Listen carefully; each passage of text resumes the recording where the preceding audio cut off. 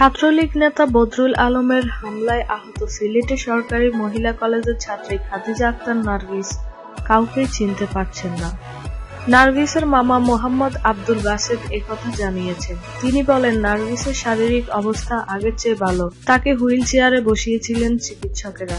ডাকলে চোখ মেলে তাকায়, কিন্তু কাউকে চিনতে পারছেন না এখন পর্যন্ত কথা বলতেও পারছেন না।